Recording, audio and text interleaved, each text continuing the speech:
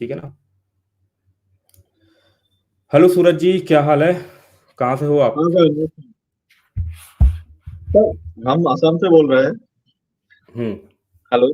हाँ सर, हाँ, हमको बताइए। एक छोटा सा असम हम्म। छोटा सा जानकारी चाहिए था। हमारा एक टूल वेबसाइट है। हाँ, हम हम्म। करीब 1 साल से काम कर रहा था, उसमें अच्छा सा ट्रैफिक भी है, अभी भी है। हम्म। लेकिन वो ब्लॉगर पे है। ठीक है। अच्छा। ब्लॉगर पे अभी अभी हम वो जो माइक्रोसॉफ्ट का एज जो ब्राउजर होता है ना, उसमें हाँ हाँ। मतलब 3 महीना पहले वो मैलिशियस साइट बता रहा था। अच्छा। आ गया। हम्म। वो गूगल में भी आया था, क्रोम में भी आया था। वो क्रोम में हम ठीक कर लिया, यूट्यूब से वीडियो देख के हम क्रोम में ठीक कर लिया। लेकिन आपका वो जो माइक्रोसॉफ्ट एज में होता है ना, उसमें मैलिशियस साइट मतलब आ जाता है। और उसके वजह से हमारा ट्रैफिक भी डाउन हो गया। मतलब अच्छा। दिन का 5-6 हजार ट्रैफिक आता, 5-6 हजार नहीं, 3-4 हजार ट्रैफिक आता था एवरेज अच्छा, दिन का। कहाँ से आता है ट्रैफिक? वो हमारा टूल वेबसाइट एक बनाया सर, चैट जीपीटी नहीं नहीं, से। टूल वेबसाइट में मतलब कि किस लोकेशन से आता है? इंडिया से आता है, यूएस वगैरह से आता है? मतलब 90% इंडिया से। अच्छा। तो थोड़ा सा तो पहले मैं बात करता हूँ इस विषय में। थोड़ा सा मैं जानना चाहूंगा ना कि जैसे आपने टूल वेबसाइट बनाया, तो टूल वेबसाइट के लिए रिसर्च कैसे करते हो आप? कैसे पता लगाते हो कि यार इस टूल वेबसाइट बनानी चाहिए या? मतलब आपके वीडियो से हम मतलब वो हमारा जो आपका गूगल का कीवर्ड रिसर्च प्लान है ना, उसका मतलब कुछ कीवर्ड में हमारा वो टूल वेबसाइट बहुत बड़ा है, मतलब उसका लाखों में ट्रैफिक है उसका। तो उसका थोड़ा सा पोर्शन हमारा भी आता है, इसमें आता है। अच्छा अच्छा, मतलब कि क्या करा है ना आपने, कोई बड़ा टूल वेबसाइट बना था, मतलब कि कोई ऐसी वेबसाइट थी टूल वेबसाइट की जिसमें चार, मतलब कि डेली का मान लो 50,000 या 1 लाख का ट्रैफिक आता था, आपने उसी टूल वेबसाइट को लेकर के अपना कुछ कस्टमाइज करके बना दिया है, हाँ, जिससे कि वो कहीं पर रैंक कर रहा है और आपका भी 4-5 हजार ट्रैफिक आ रहा है, तो वो ट्रैफिक गूगल से आ रहा होगा सारा? मतलब 80% गूगल से और थोड़ा सा मतलब डायरेक्ट वेबसाइट डायरेक्ट मतलब यूआरएल से आता है। डोमेन को टाइप करके आ जाते होंगे कुछ लोग ना। टाइप करके आता है। हाँ हाँ हाँ। तो हाँ, ये चीज है। और अच्छा, एक और चीज जानना चाहूंगा, जो 4-5 हजार का ट्रैफिक आ रहा है आपके टूल वेबसाइट पे, उससे डेली का कितना एडसेंस वगैरह से मोनेटाइज है? एडसेंस तो लगा ही होगा, तो उस पे कितना अर्निंग बनता है डेली का? एडसेंस लगाया नहीं अभी तक। अच्छा, भी लगाया मतलब नहीं है अभी तक? एडसेंस क्यों नहीं लगाया, दिक्कत क्या लगाया, हो रही है? मतलब दिक्कत नहीं, हमने सुना है जो आपका टूल वेबसाइट एक बार रैंक कर जाए तो मतलब वो एडसेंस के वजह से इंप्रेशन खराब होता है आदमी का, लोगों का, मतलब यूजर का। हाँ, हाँ। तो हमारा तो वो आपने कब मतलब सोचा है कि, मतलब कि फिर कब कब सोचा है कि यार कब में सोचा है कि यार कब मैं इसको मोनेटाइज करूंगा, कब इस पे ऐड लगाऊंगा? अभी अभी तो मतलब गूगल का अपडेट आने के बाद तो और भी ट्रैफिक थोड़ा सा हमको भी मतलब क्या हुआ है, ट्रैफिक गया अभी। लेकिन हमने हम्म। सोचा डेली का 10-12 हजार ट्रैफिक आ जाए तो मतलब हम्म। उसका महीने के मिलियंस में ट्रैफिक है उसके, मतलब सिमिलर वेब में दिखाता है।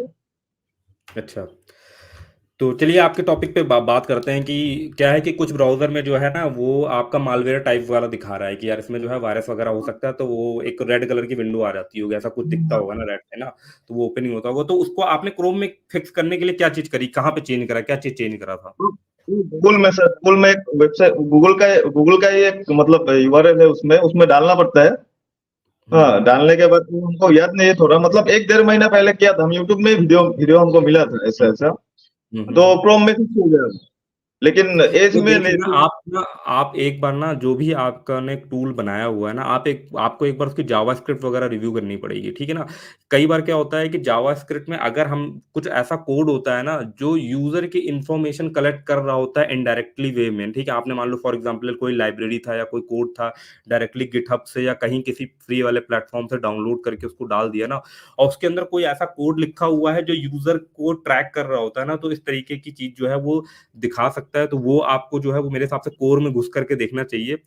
बाकी का जो आप करो ना कि आपका क्रोम में सही हो गया है, एज तो एज से इतना ट्रैफिक का पंगा रहता नहीं, एज इतने लोग यूज ही नहीं करते हैं, तो आपको बहुत ज्यादा मेजर डिफरेंस जो है वो नहीं आएगा। बट स्टिल इसके लिए जो है वो आपको कोड में ही देखना पड़ेगा।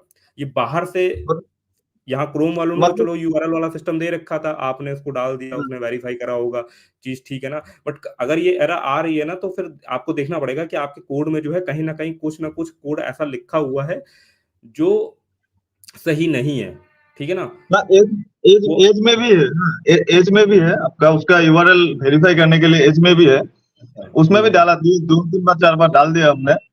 हाँ, फिर भी नहीं हुआ, तो और फिर क्या होता है? मतलब एज पे उतना ट्रैफिक नहीं आता है, लेकिन रैंकिंग में थोड़ा डिफरेंस आया है।